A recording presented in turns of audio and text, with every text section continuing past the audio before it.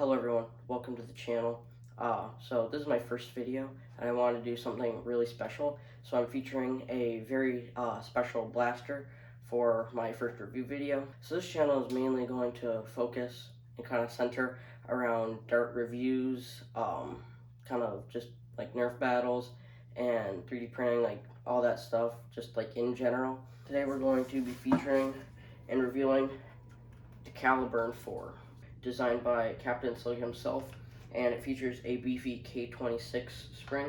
Now this lean, mean, somewhat green machine actually has a ton of really cool features, such as the double magwell release. So if you want to fire normal length darts, you can fire normal length darts and use the green trigger to drop that magazine. Or if you want to use the short dart magazines, you would put the mag adapter in. I believe it's Katana and Talon mags, and you can use the white trigger for that. I color coded it in such a way so that'd be easy. It also features several top rails, including a short one at the back here, a mid-sized one in the middle there, and then a long one at the end. I also have included a real firearm red dot sight. Let's do a firing test. Alrighty, so we are going to be loaded up with, I've got my short tipped bullet here. I'm going to actually put that at the bottom of the magazine. Yeah, okay, so it's not going to go into the magazine. So we're just not going to put that one in. So we've got our normal Nerf darts in there.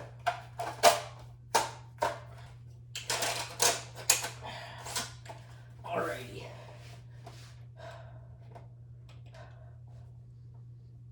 So I'm gonna aim towards the bottom because I've got some filament bags in there, and I want to see, like, because I know it'll go right through the bag. I already shot it at this thing once. So, but I want to see if it'll penetrate through those bags.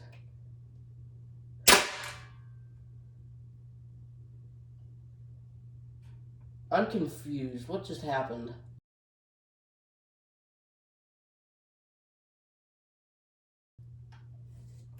Did that just empty the whole mag? Where did all those darts come from? Wait a minute. I think I might have had some left over in the barrel from...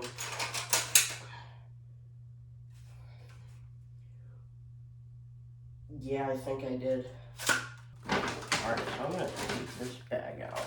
Doesn't look like any damage was really done. There may be a few small holes. So we're gonna shoot at this again, but making sure that we only have one dart in the barrel this time. Alrighty, we're gonna shoot at a different spot. We're gonna aim for that little green circle right down there.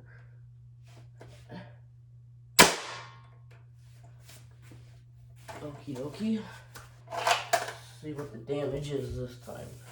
So it did still go through. Okay, and it did rip a hole through the bag. There is like a small hole right there.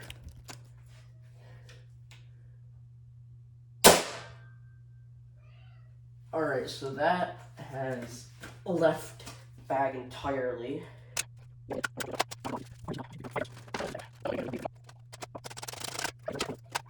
Alright, so since the other tip is printing, we're going to go ahead with the normal Nerf dart tests first, and then go back after the tip finishes printing. Alright, so the first one is going to be a cardboard box. I'm aiming for the label on the side. Maybe I shouldn't be aiming for the label. We're just going to aim for the normal part of the box. Ah, so it was different. So now let's take a look at the damage. Alright, so Nerf dart is in here. This small round hole, that's the entry hole, and then it fell in there.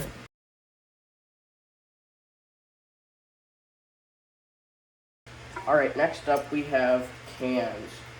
So we have a few of them here. One of them already got bashed in from a normal Nerf dart, so that's kind of what is to be expected from impact.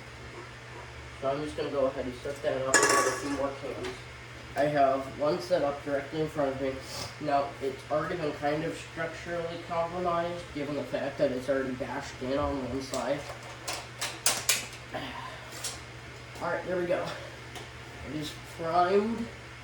Gonna go ahead and... Alright, so that is as expected. So it hit a little low, but yeah, looking at this can, I am not getting my 5 cents back. So I'm just gonna set up a few cans here, and I'm gonna set these ones up further behind, because I'm gonna take a shot at it with 1 can, and then with 2. Alrighty, I have just finished gluing it together, and so now it's time to load this one up. Alright, it is loaded.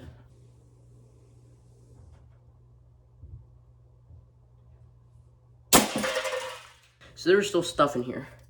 But you can see here was our entry hole, and here was our exit hole. It actually went through and put a hole in the box. The final can actually, so it went in quite a bit farther. That's pretty awesome. Now let's head back to the desk. Now I think that this blaster is pretty awesome, with an incredibly smooth prime and really nice Picatinny rails, and with a very easy to reach mag release. This is definitely a very good 3D printed blaster. Even though this is an incredibly good blaster, it is a little on the expensive side. However, it's definitely a very rewarding build.